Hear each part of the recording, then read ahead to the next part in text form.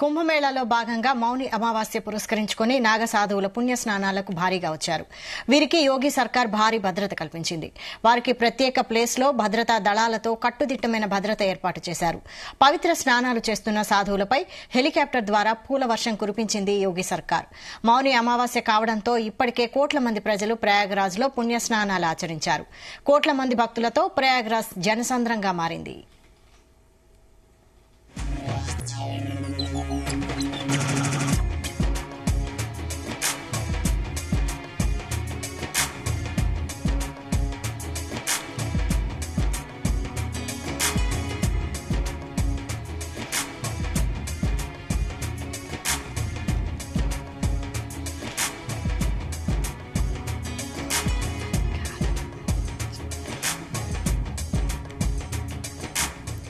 కుంభమేళాలో భాగంగా మౌని అమావాస్య పురస్కరించుకుని నాగ సాధువులు పుణ్యస్నానాలకు భారీగా వచ్చారు.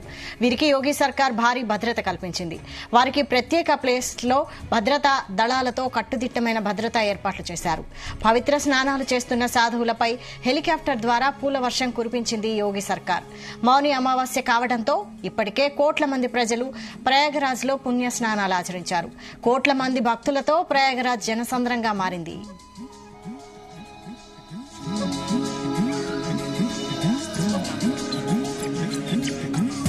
ఇదే అంశంపై మరిన్ని డీటెయిల్స్ మా ప్రతినిధి శ్రీచరణ్ అందిస్తారు. శ్రీచరణ్. వైశాలి, ఈ రోజు తెల్లవారుజామున తొక్కిసలాట జరిగి చాలా మంది కూడా ప్రమాదం బారిన పడ్డారు. కొంతమంది మృత్యువాత కూడా పట్టిన విషయం తెలిసిందే మహాకుంభమేళాలో. కానీ ఇప్పుడు ఉత్తరప్రదేశ్ ప్రభుత్వము ఎంత ట్రాన్స్ఫర్మేషన్ అంటే కొన్ని గంటలలోనే పూర్తి స్థాయిలో మార్పు, అంత సిచ్యువేషన్ అంత కంట్రోల్లో ఉంది. అక్కడ సిఆర్పిఎఫ్ తో పాటు ఆర్పిఎఫ్ పోలీసులు భద్రతా వలయంలో ఇప్పుడు అందరూ కూడా స్వేచ్ఛగా భక్తులు దాదాపు నియర్ టు 8 కోట్ల మంది కూడా ఇప్పుడు ప్రయాగరాజ్ లో ఉన్నట్లు ప్రభుత్వ వర్గాలు అధికారికంగా వెల్లడించాయి. సో ఇప్పుడే కొద్దిసేపటి కిందటే ప్రభుత్వం చాలా ప్రతిష్టాత్మకంగా కూడా నిర్వహిస్తుంది. మొదటి నుంచి జనవరి 13 నుంచి కూడా ఈ మహాకుంభమేళాని. ఈ మేరకు సాధువులందరూ మొదటగా ఉదయము అఖాడాలో ఉన్న సాధువులందరూ కూడా ఈ మౌని అమావాస్య సందర్భంగా షాహీసాన్ని ఏదైతే అమృత స్నానం ఉంటుందో కొంతమంది నిరాకరించారు స్నానం చేయడానికి. కానీ ఎప్పుడైతే ఉత్తరప్రదేశ్ ముఖ్యమంత్రి యోగి ఆదిత్యనాథ్ ఒక పిలుపునిచ్చారో ఎలాంటి భయపడాల్సిన అవసరం లేదు, ఈ పుకార్లు ఇవన్నీ నమ్మకుండా యథావిధిగా మీరు స్నానాలు చేసి తమ స్నానఘట్టాలు ముగించుకొని ఎక్కడి వాళ్ళు అక్కడ తిరిగి వెళ్ళండి అని ఎప్పుడైతే అప్పీల్ చేశారో, మళ్ళీ అలాగే ముఖ్యమంత్రి యోగి ఆదిత్యనాథ్ అఖాడాలో ఉన్న అందరు మెయిన్ హెడ్ అయితే ఎవరో ఉంటారో రవీంద్రపురి అని ఇప్పుడు మొత్తం అఖాడాస్ అందరికీ ఆయనే హెడ్. ఆయనతో మాట్లాడి మిగతా సాధుల సంతులు అందరితో మాట్లాడి కూడా ఈ అమృత స్నానానికి అందరూ చేయవలసిందిగా ఆహ్వానించారు. ఈ మేరకు సాధువులందరూ వస్తుంటే హెలికాప్టర్ పైన అటు ప్రజల పైన ఇటు సాధువుల పైన పూల వర్షం కూడా కురిపించింది ప్రభుత్వము. సో ప్రస్తుతం మనం చూస్తే పొద్దున జరిగిన సంఘటనకి ఇప్పటికీ అసలు ఇది మహాకుంభమేళా అన్నట్టు కూడా కొన్ని గంటల్లోనే ప్రభుత్వము చాలా చర్యలు చాలా పటిష్టంగా తీసుకొని అలాగే క్షతగాత్రులను ఎప్పటికప్పుడు సాక్షాత్ ముఖ్యమంత్రి యోగి ఆదిత్యనాథే పర్యవేక్షిస్తున్నారు. వాళ్ళు టోల్ ఫ్రీ నెంబర్లు ఏ జిల్లాల్లో అయితే వచ్చారో క్షతగాత్రులు వాళ్ళ హాస్పిటల్లో ఉన్నారో వాళ్ళందరికీ సంబంధించిన జిల్లా కలెక్టర్లు అలాగే డిస్టిక్ జిల్లాకి సంబంధించిన వైద్య అధికారుల నెంబర్లు టోల్ ఫ్రీలు అలాగే ప్రైవేట్ ఆసుపత్రుల్లో ఎవరైతే చికిత్స పొందుతున్నారో వారందరికీ కూడా మొత్తం ప్రభుత్వమే భరిస్తుంది అని కూడా ముఖ్యమంత్రి యోగి ఆదిత్యనాథ్ మాట ఇవ్వడము. సో ప్రస్తుతము యథావిధిగా అందరూ పొద్దున జరిగిందని తమ తోటి యాత్రికులకు జరిగిన ఘటనల్ని అందరూ బాధని దిగమింగుకుంటూ మళ్ళీ ఎలాగో మౌని అమావాస్య 144 సంవత్సరాల తర్వాత వచ్చి ఈ మహాకుంభమేళాని మళ్ళీ ఎవరుంటారో ఖచ్చితంగా ఈ మౌని అమావాస్య పర్వదినాన ఖచ్చితంగా యథావిధిగా ఆ పూజలు పునస్కారాలతో పాటు ఈ త్రివేణి సంగమంలో స్నానం ఆచరించాలని ఇప్పటికే మనం చూస్తున్న విజువల్ లో విపరీతమైన జనసంద్రవం ఉంది. అలాగే సాధువులందరూ కూడా తిరిగి మళ్ళీ ఆ త్రివేణి సంగమంలో స్నానం ఆచరించడానికి కూడా బయలుదేరారు. సో ఈ నేపథ్యంలోనే అటు ప్రజలతో పాటు అలాగే సాధువుల పైన కూడా హెలికాప్టర్ ద్వారా పూల వర్షం కురిపిస్తుంది ప్రభుత్వము. సో ఈ 144 ఏళ్ల తర్వాత వచ్చే కుంభమేళ అప్పటికి తర్వాత నెక్స్ట్ వచ్చేది అనదర్ 144 ఇయర్స్ తర్వాత. బేసిక్ గా కుంభమేళ అనేది అర్ధ కుంభమేళ 6 సంవత్సరాలకు ఒకసారి, కుంభమేళ అనేది 12 సంవత్సరాలకి, అలాగే 12x12 12x12 144 సంవత్సరాలకు వచ్చేదే మహాకుంభమేళ అంటారు. ఈ మహాకుంభమేళలో మనం పలు ఉదాహరణలు కూడా చెప్పుకోవచ్చు.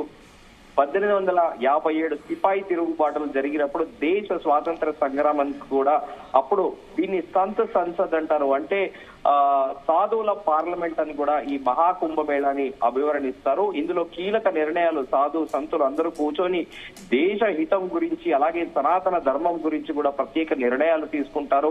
సాధువులందరూ ఏకతాటిపైకి వచ్చి ఒక నిర్ణయం తీసుకొని దేశ హితం కోసం ఏమి చేయాలి అని చెప్పేసి వాళ్ళ దేశం కోసము ప్రత్యేకంగా సాధనలు కూడా వాళ్ళు రెగ్యులర్ గా చేసేది కాకుండా దేశ హితము దేశ ప్రజల కోసం కూడా ప్రత్యేకంగా కూడా సాధనలు నిర్వహిస్తూ ఉంటారు.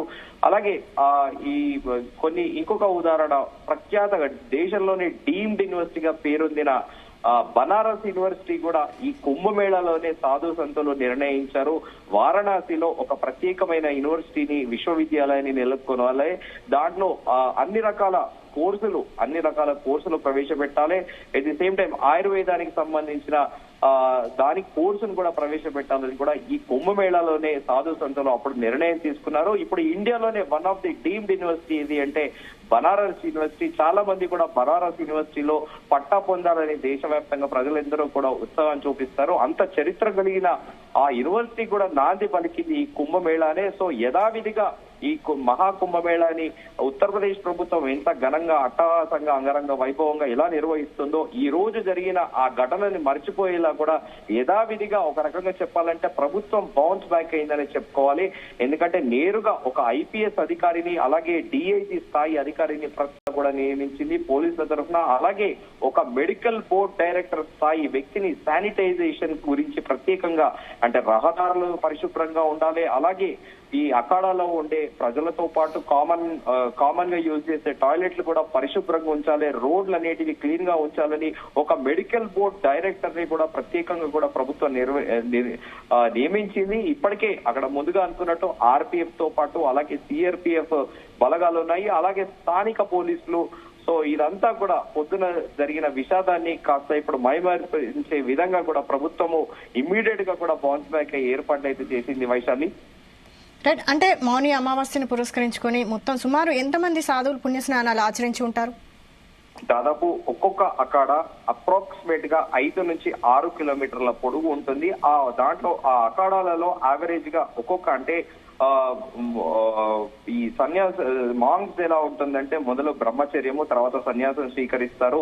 హైరార్కీలో కదా ఎలా ఉంటుందో ప్రమోషన్స్ ఎలా ఉంటాయో మన న్యూస్ ఛానళ్లలో ఫస్ట్ రిపోర్టర్ గా అలాగే bureau chief, input editor, executive editor ఎలా ఉంటారో సిమిలర్ గా ఈ మాంగ్స్ లో కూడా అలాగే ఉంటుంది. సో వాళ్ళందరినీ కూడా ఆ అఖాడాలకి వాళ్ళ హెడ్ ఎవరైతే ఉంటారో సిమిలర్ గా వాళ్ళందరూ కూడా వాళ్ళని ఆ అఖాడాలకు సంబంధించిన పీఠాధిపతులుగా కూడా అభివర్ణిస్తారు. సో ఇప్పుడు మొత్తము సెక్టార్ 15 నుంచి 22 వరకు సెక్టార్ లో ఉన్న అఖాడాలకు సంబంధించిన స్వామీజీలు బాబాలందరూ కూడా వస్తున్నారు. వీరితో పాటు నాగబాబాలు కూడా ప్రత్యేకంగా నాగసాధువులు కూడా వచ్చి స్నానం అయితే ఆచరిస్తున్నారు ఇప్పుడైతే.